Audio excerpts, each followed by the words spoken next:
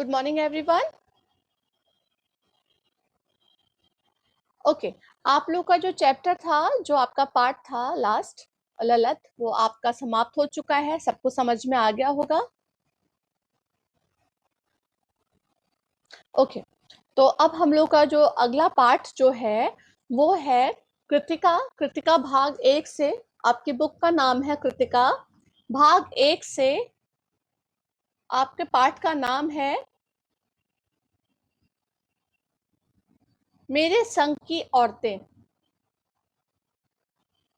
ठीक है, मेरे संग की औरतें। और इसकी जो लेखिका हैं उनका नाम है मृदुला गर्ग जी। ये उन्हीं की कहानी है। यहाँ पर उन्होंने अपनी कहानी को ही आपके सामने अपनी लेखनी के द्वारा रखा है। तो पाठ का नाम है मेरे संग की औरतें। सब लोग निकाल लीजिए। ये एक कहानी है। पहले मैं आपको बता दूं कि कहानी किस प्रकार की है। यहाँ पर जो कवित्री जो लेखिका है मृदुला गर्ग जी, उन्होंने अपने जीवन की स्टोरी कहानी आपके सामने रखी है।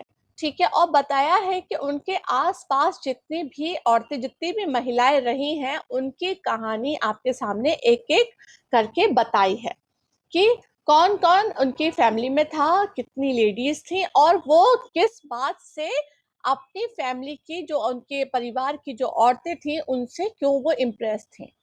ठीक है, तो यहाँ पर उन्हीं औरतों की कहानी को, उन्हीं महिलाओं की कहानी को, अलग अलग महिलाओं की कहानियों को बताया गया है। तो इसीलिए इस पाठ का नाम रखा गया है मेरे संग की औरतें, मतलब मेरे साथ की महिलाएं, जो उनके जीवन में जिन जिन महिलाओं का प्रभाव रहा है, तो यहाँ पर उन्हीं को बताया गया है। तो इसकी रचयिता जो मधुरा गर्ग जी हैं, उन्होंने इस कहानी को लिखा है। इसके बाद सब लोग अपनी बुक में ध्यान दीजिएगा कि मैं किसी से भी कह सकती हूँ रीडिंग करने के लिए। ओके, तो आप सब लोग अपनी किताब में ध्यान दीजिएगा। मेरे संग की औरतें। मेरी एक नानी थी, जाहिर है, पर मैंने उन्हें कभी देखा नहीं। मेरी माँ की शादी होने से पहले ही उनकी मृत्यु हो गई थी। तो यहाँ पर सबसे पहले वो अपनी नानी के बारे में बता रही हैं कि मेरी नानी जो थी उनको कभी मैंने देखा नहीं, क्योंकि वो मम्मी की, मेरी माँ की शादी से पहले ही उनकी मृत्यु हो गई थी, उनका देहांत हो गया था। शायद नानी से कहानी न सुन पाने के कारण बाद में हम तीनों बहनों को खुद कहानियां कहनी पड़ी। तो यहाँ पर बताया है कि नानी तो थी नहीं। बोला जाता है कि बच्चे सबसे ज्यादा जो उनका लगाव होता है नानी और दादी से होता है। उनकी कहानियां जो ज्यादातर सुनाई जाती हैं वो उनकी नानी और दादियां उनको सुनाती हैं। तो यहाँ पर बताया हमारी नानी तो थी नहीं, तो हम तीनों बहनें एक दूसरे को कहानी सुनाकर अपना मन बहला लिया करते थे। नानी से कहानी भले न सुनी हो, नानी की कहानी जरूर सुनी, और बहुत बाद में जाकर उसका असली मर्म समझ में आया। मतलब नानी से कहानियां तो नहीं सुनी, लेकिन अपनी माँ के मुंह से हमने अपनी नानी की कहानियां जरूर सुनी, मतलब नानी के बारे में कि हमारी नानी का चरित्र कैसा था। और बाद में हमको उसका जो सार था, जो असर जो हुआ था, वो हमें समझ में आया। ठीक है, पहले इतना ही जाना कि मेरी नानी पारंपरिक अनपढ़ पर्दानशी औरत थी। पारंपरिक अनपढ़ और पर्दानशी में बोला है कि वो अपनी परंपराओं को मानने वाली, ठीक है, अनपढ़ जो पढ़ी लिखी ना हो, और पर्दानशी मतलब पर्दा करने वाली, घूंघट करने वाली औरत थी। किसी भी बाहर वाले के सामने वो एकदम से नहीं आ जाया करती थी। ठीक है, पर्दानशी औरत थी, जिनके पति शादी के तुरंत बाद उन्हें छोड़कर बैरिस्ट्री पढ़ने विलायत चले गए थे। कैम्ब्रिज विश्वविद्यालय से डिग्री लेकर जब वे लौटे और विलायती रीति रिवाज के संग जिंदगी बसर करने लगे, तो नानी ने अपने रहन सहन पर उसका कोई असर नहीं पड़ा। ना उन्होंने उसे इच्छा, आकांक्षा या नापसंद का जाहिर पति पर कभी किया। तो यहाँ पर बता रहे हैं लेखिका जो है कि उनकी नानी जो थी वो अनपढ़ थी, पर्दानशी थी, लेकिन वो परंपराओं पर चलने वाली औरत थी। और जैसे ही उनकी शादी हुई, तो नाना जो थे वो अपनी आगे की पढ़ाई के लिए वो चले गए बाहर, कैम्ब्रिज यूनिवर्सिटी पढ़ाई करने के लिए चले गए, विदेश चले गए। और जब वो पढ़कर वापस लौटे, तो उनका जो रहन सहन था वो पूरा अंग्रेजों वाला हो चुका था। तो उन्होंने अपने घर का पूरा जो तरीका था उसको चेंज कर दिया। लेकिन नानी हमारी बिल्कुल भी बदली नहीं। उन्होंने अपनी जो रहन-सहन था उसको वैसे ही रखा जैसे वो थी, ठीक है? नाना के रहन-सहन का उन्होंने अपने ऊपर कोई असर पड़ने नहीं दिया और अपनी पसंद-नापसंद कभी भी नाना के ऊपर ज़ाहिर ही नहीं की और चुप रहीं, कि आप अपनी ज़िंदगी जियो अच्छे से और हम अपने पारंपरिक तरीके से जीने में खुश हैं। पर जब कम उम्र में नानी ने खुद को मौत के करीब पाया, तो 15 वर्षीय इकलौती बेटी मेरी माँ की शादी की फिक्र ने उन्हें डराया कि वे एकदम मुंहजोर हो उठी। मुंहजोर होता है बेटा कि कभी कोई चुपचाप रहे, हमेशा चुप रहे और कहना माने। अचानक वो बोलना शुरू कर दे और अपनी बात को बिना किसी के सुने रखना शुरू कर दे, तो उसे बोला जाता है कि मुंहजोर हो गया है। ठीक है, तो यहाँ बताया है कि जब हमारी नानी को पता चला कि अब उनकी उम्र कम है, उनको कोई बीमारी थी और वो उनका वो मरने वाली हैं, तो उन्होंने क्या किया, उनको सबसे ज्यादा जो सताया दुख कि मेरी बेटी का क्या होगा। और हम 15 वर्ष के थे, उन्होंने बताया है। हमारी जो अम्मा थी, हमारी मम्मी जो थी, वो 15 वर्ष की थी। तो उन्होंने सोचा कि अब इसका विवाह होना, मेरे सामने ही उसका विवाह हो जाना चाहिए। ठीक है, तो उन्होंने क्या किया, सब लिहाज विहाज छोड़कर अपने पति का उन्होंने अपनी बात को सशक्त तरीके से अपने पति के सामने रखा। और क्या बात थी, सुनिए। लिहाज छोड़कर नाना से उन्होंने कहा कि वे पर्दे का लिहाज छोड़कर उनके दोस्त स्वतंत्रता सेनानी प्यारेलाल शर्मा से मिलना चाहती हैं। उनके दोस्त का नाम आप लोग इसको अंडरलाइन कर लीजिए, प्यारेलाल शर्मा। ठीक है, तो उन्होंने बोला कि हम अपने दोस्त प्यारेलाल शर्मा से मिलना चाहते हैं, और वो स्वतंत्रता सेनानी थे। सब दंग हैरान हो गए, रह गए। जिस पर्दानशी औरत ने पराये मर्द से क्या, खुद अपने मर्द से मुंह खोलकर बात नहीं की थी, आखिरी वक्त में अजनबी से क्या कहना चाह सकती है। तो सब लोग सोचने लगे घर के कि पहले तो ये कभी अपने पति तक से तो इसने बात की नहीं कभी भी मुंह खोल के, और आज ये एक पराये मर्द से बात करना चाहती, तो ऐसी क्या बात है। पर नाना ने वक्त की कमी और मौके की नजाकत को समझा और लाज रखी। सवाल जवाब में वक्त बर्बाद ना करने के बजाय फौरन जाकर दोस्त को लिवा लाया और बीवी के हुजूर में पेश कर दिया। हुजूर मतलब सामने पेश कर दिया। तो लेकिन नाना ने कोई सवाल जवाब नहीं किया कि क्यों बुला रही हो, क्या बात है। उन्होंने वक्त की नजाकत को समझा और अपनी बीवी के दोस्त को जाकर बुला लाया और सामने लाकर खड़ा कर दिया। अब जो नानी ने कहा वह और भी हैरत अंगेज था। उन्होंने कहा, वचन दीजिए कि मेरी लड़की के लिए आप वर तय करेंगे। मेरे पति तो साहब है और मैं नहीं चाहती मेरी बेटी की शादी साहबों में फरबाबदार से हो। तो यहाँ पर बताया है फरबाबदार आज्ञाकारी। ठीक है, तो इसमें जो उनकी माँ थी उन्होंने बोला कि मैं चाहती हूँ कि मेरी जो बेटी है उसकी शादी एक स्वतंत्रता सेनानी से हो। मेरे जो पति हैं वो तो अंग्रेज बन चुके हैं, वो अंग्रेजों के आज्ञाकारी हैं, तो मैं नहीं चाहती कि मेरा बेटी का पति भी अंग्रेजों का आज्ञाकारी हो। उसकी शादी एक स्वतंत्रता सेनानी से ही होनी चाहिए। आप अपनी तरह आजादी का सिपाही ढूंढकर उसकी शादी करवा दीजिएगा। कौन कह सकता था कि अपनी आजादी को पूरी तरह बेखबर उस औरत ने मन में देश की आजादी के लिए जुनून होगा। तो यहाँ पर बोल रहे हैं कि किसी को नहीं पता था कि अपनी आजादी के लिए तो हमारी माँ कभी बोली नहीं। ठीक है, हमारी नानी कभी अपनी आजादी के लिए तो उन्होंने कभी मुंह नहीं खोला, और आज देश की आजादी के लिए उन्होंने अपनी बेटी के लिए इतना बड़ा फैसला ले लिया। बाद में मेरी समझ में आया कि दरअसल वे निजी जीवन में काफी आजाद ख्याल की रही होंगी। ठीक है, उन्होंने नाना की जिंदगी में कोई दखल नहीं दिया, ना उनसे साझेदारी की, पर अपनी जिंदगी को अपने ढंग से जीती जरूर रही। पारंपरिक घरेलू उबाऊ और खामोश जिंदगी जीने में आज के हिसाब से क्रांतिकारी चाहे कुछ ना रहा हो, दूसरे की तरह जीने के लिए मजबूर ना होने में असली आजादी से कुछ ज्यादा ही थी। तो यहाँ पर बताया है कि हमारी जो नानी थी उनके मुझे लगता है कि बहुत आजाद ख्याल की रही होंगी। एक तो उन्होंने अपने नाना जो हमारे थे अंग्रेजों की तरह रहने लगे थे, उनकी तरह अपना रहन सहन नहीं किया, और दूसरा जो है उन्होंने हमारी मम्मी के लिए स्वतंत्रता सेनानी चुनने का फैसला किया। तो उनके जो आजाद ख्याल है इससे ही पता चलते हैं। और हम सोचते थे कि हमारी जो अम्मा सोचती थी कि हमारी जो नानी है वो हमेशा चुप रहती हैं, सादा जीवन जीती हैं, लेकिन अब हमको समझ में आता है कि वो अपनी जिंदगी में कितनी खुश होंगी कि वो अपने विचारों को सामने व्यक्त कर पाए। अब इसके आगे कौन पढ़ेगा? पेज नंबर 15 से, खैर खैर से। प्रबल, यस स्टार्ट करो बच्चे।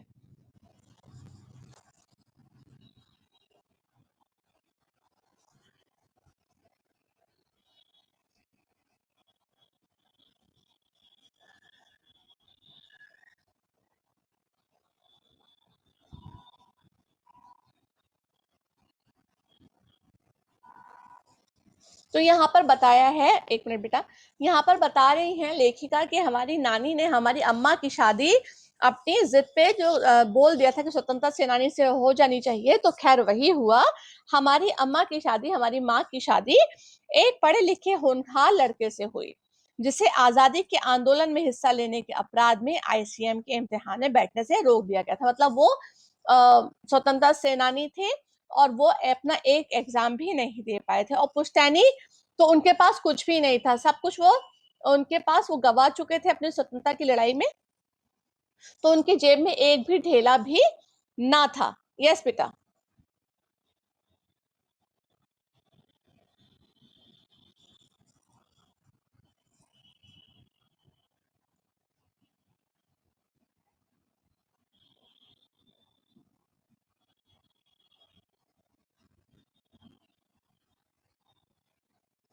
चनका खा जाती थी, मतलब उनकी कमर में दर्द होने लगता था। ठीक है, उनको खादी की साड़ी जो हमारी माँ थी, क्योंकि वो एकदम फूलों के जैसी थी, तो उनको पहले तो वैसे सादा जीवन उच्च विचार की तरह जीना पड़ा कि कुछ हो ना हो लेकिन विचार बहुत ऊंचे होने चाहिए, तो उस जीवन को उनको गांधी जी और हमारी अम्मा की, हमारी नानी की वजह से जीना पड़ा हमारी माँ को। और दूसरा कि वो भैया इतनी दुबली पतली और इतनी सुंदर थी कि उनसे ये भारी जो खादी की साड़ी थी उनको बहुत भारी लगती थी, लेकिन क्योंकि हमारे भाई जो पापा थे वो स्वतंत्रता सेनानी थे, तो कैसे वो कोई और कपड़ा पहन सकती, उनको खादी का ही पहनना था, तो खादी की साड़ी उनको पहननी पड़ती थी और उनकी कमर चनका खा जाती थी। यस बेटा।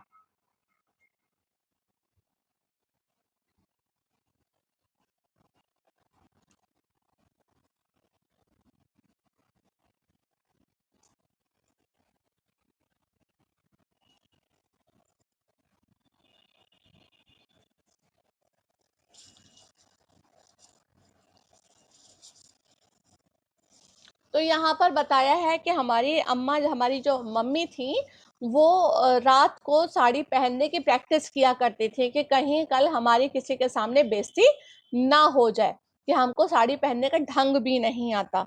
और हमारी मम्मी इतनी ज्यादा, एलिस बेटा आपका हाँ माइक ऑन था, तो हमारी जो दादी थी वो कभी कभी मजाक करती थी कि हमारी बहू तो ऐसी है कि उसको धो पोछो और छीके पर टांग दो, मतलब इतनी पतली दुबली है कि उसको पोछ के धो के छीके पर टांग जा सकता था। गनीमत यह रही थी कि किसी ने उन्हें छीके पर से उतारने की पेशकश नहीं की, मतलब वो उनको हमेशा सबने हाथों हाथ लिया, मतलब घर के काम में किसी ने उनको जोता नहीं, बोला नहीं कि तुम्हें घर का ये काम इस तरीके से ही करना है, तो उनको उसी तरीके से रखा गया। यस पलक, अब इसके आगे आपको पढ़ना है बेटा।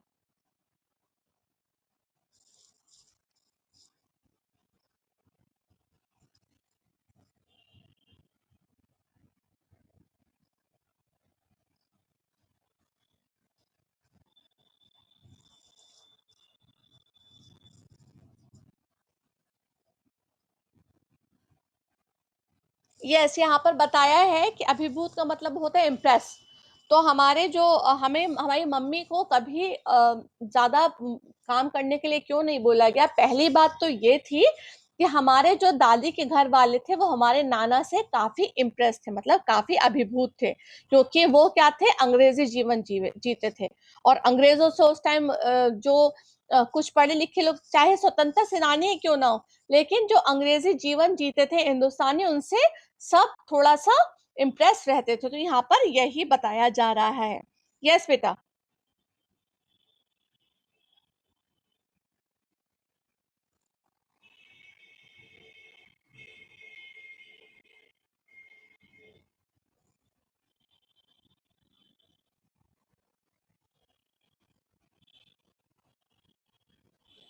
तो यहाँ पर बता रहे हैं कि एक तरफ तो आज़ादी की लड़ाई हमारे देश में लड़ी जा रही थी, लेकिन चाहे गांधी जी हो, चाहे नेहरू जी हो, और चाहे हमारे घर वाले ही क्यों ना हो, सब क्या होते थे, अंग्रेजों के सामने थोड़ा सा नर्म पड़ जाते थे। अंग्रेजी जो जिनका रहन सहन अंग्रेजी होता था और जिनका एक क्लास होता था, उनके सामने सब थोड़े से नर्म पड़ जाते थे। यस बेटा।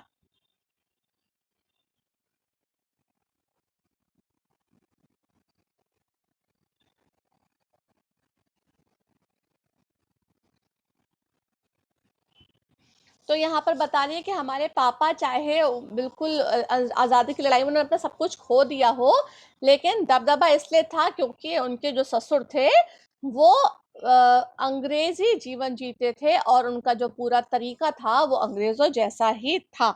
यस बेटा।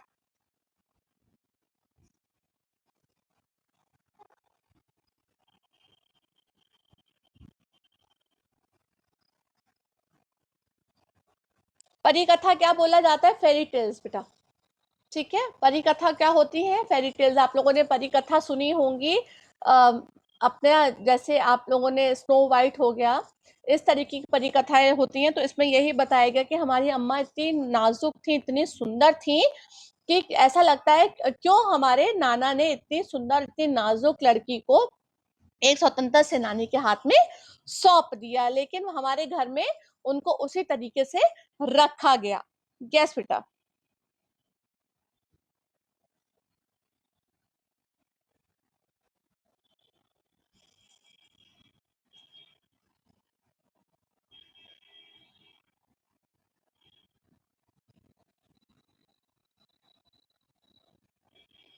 शख्सियत क्या होता है बेटा? किसी का अपना जो रहने सहने का जिसका अपना तरीका होता है, अपनी शख्सियत, हर इंसान की अपनी एक अलग शख्सियत होती है।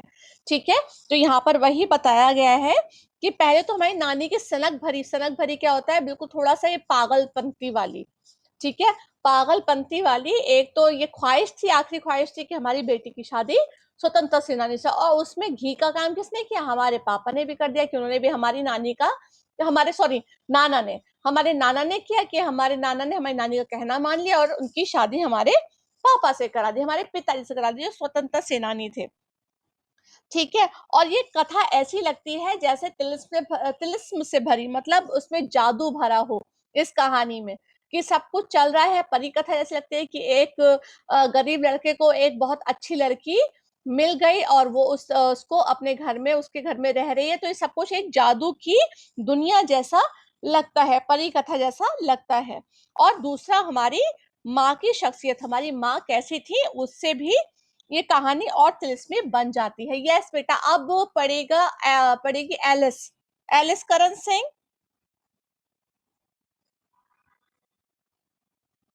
क्यों बेटा, अभी तक क्यों नहीं है बच्चे?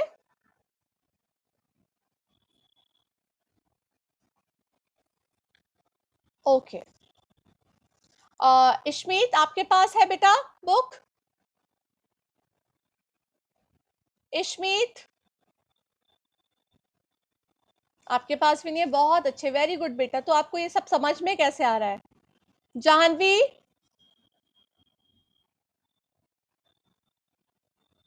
यस बेटा, स्टार्ट।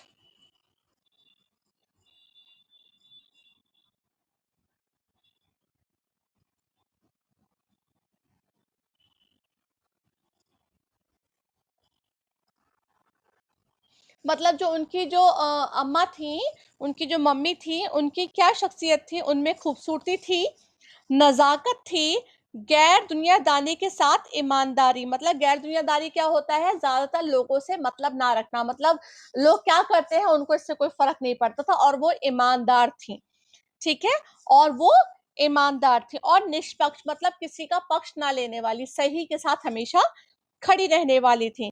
इस तरह घुली मुली थी और परिजात से कम जादुई मालूम नहीं पड़ती। मतलब इतनी खूबसूरत थी कि इतनी प्यारी सी थी कि उनको देख के लगता था कि जैसे परियों के लोग से वो आई हो। यस बेटा।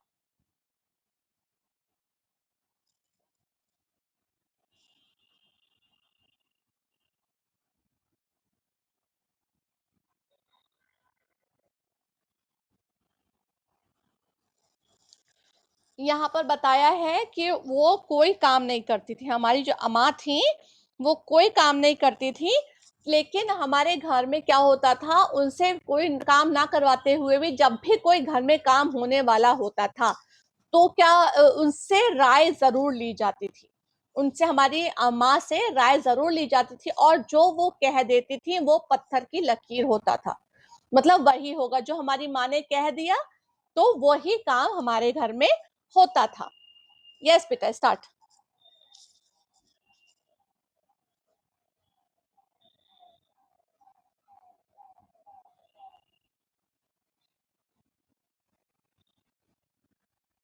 तो यहाँ पर बोला है, हम हाथी पे हल ना जुतवाया करते, हम पे बैल हैं। यस बेटा, स्टार्ट।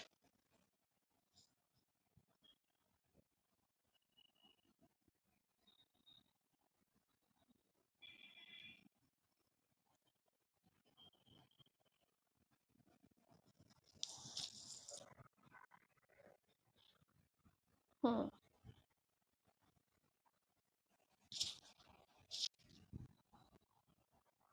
तो यहाँ पर बताया है कि हमारी जो माँ थी वो बच्चों पे, हमारी परवरिश पे बिल्कुल ध्यान नहीं देती थी, उनका रहने का तरीका एकदम अलग था।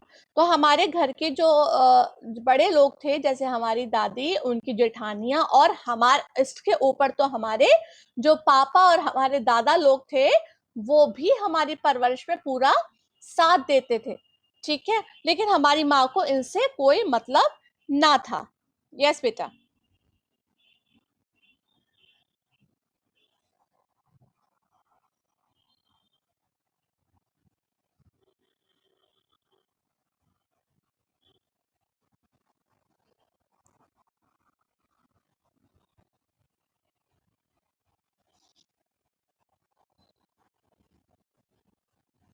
यस बेटा।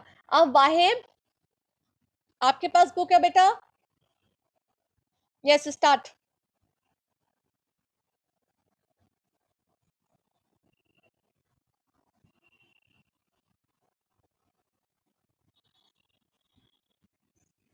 तो यहाँ पर बताया है कि हमारी जो माँ है, हमने उनको भारतीय माँ जैसा नहीं पाया। भारतीय माँ कैसी होती है? अपने बच्चों पे बहुत ज्यादा ध्यान देने वाली, कि वो क्या कर रहे हैं, क्या खा रहे हैं, क्या पढ़ रहे हैं, ठीक है। तो हमारी माँ को हमने कभी ऐसा देखा ही नहीं। हमारी माँ क्या थी, अपने जीवन को अपने तरीके से जीने वाली थी, हमारे घर के बड़े जो थे हमको देखते थे, हमारा ख्याल रखते थे, और हम हमारी माँ कभी ना तो एक अच्छी माँ बन पाई, और ना बहू ना पत्नी, मतलब वो इन तीनों से अलग थी। वो अपने तरीके से अपने उसूलों पे ही चलने वाली औरत थी। यस बेटा।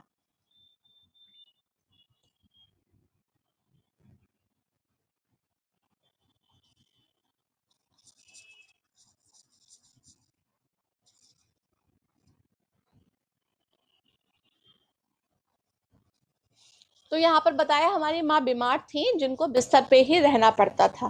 पहले तो वो ये सब जिम्मेदारियां ही नहीं उठाती थी, और दूसरा उनको इसमें कोई इंटरेस्ट भी नहीं था, अरुचि अरुचि बोलते हैं, कोई इंटरेस्ट ना होना, ठीक है। कोई उसमें वो ज्यादा ध्यान ही नहीं देती थी कि क्या करना चाहिए और क्या नहीं करना चाहिए। बस उनका क्या शौक था, वो किताबें पढ़ती थी और संगीत सुनती थी, और ये सारे काम वो अपने बिस्तर पर लेटे लेटे करती थी, और जबानी राय देती थी, मतलब घर में क्या होगा और कैसे होगा, सिर्फ इसका वो जबानी राय देती थी, जो हमारे घर में सब उसको फॉलो करते थे। यस बेटा।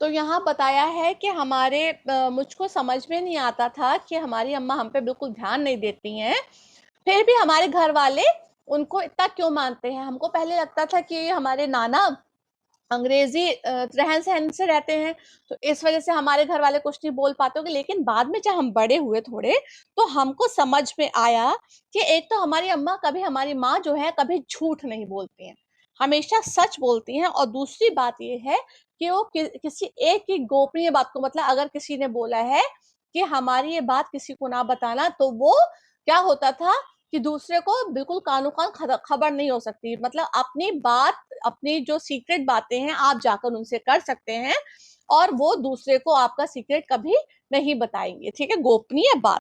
यस बेटा, आगे।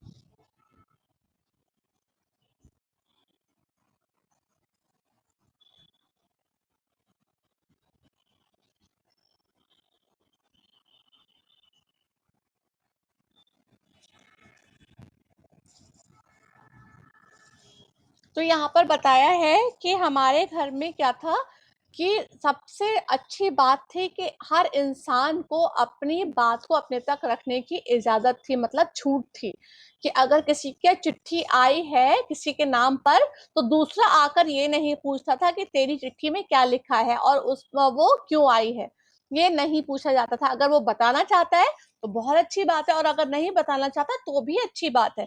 कोई किसी की जिंदगी में दखल, प्राइवेट लाइफ में दखल नहीं करता था। यही इसी का कारण था कि हमारा जो पूरा परिवार था, इतने छोटे से घर में इतना बड़ा परिवार था, फिर भी सब खुश रहते थे। और हमारा इसी के कारणवश हम जो तीनों बहनें थी और छोटा भाई लेखनी के हवाले, मतलब हम लोग लिखने लगे, ठीक है, हम लोगों ने लिखना शुरू कर दिया।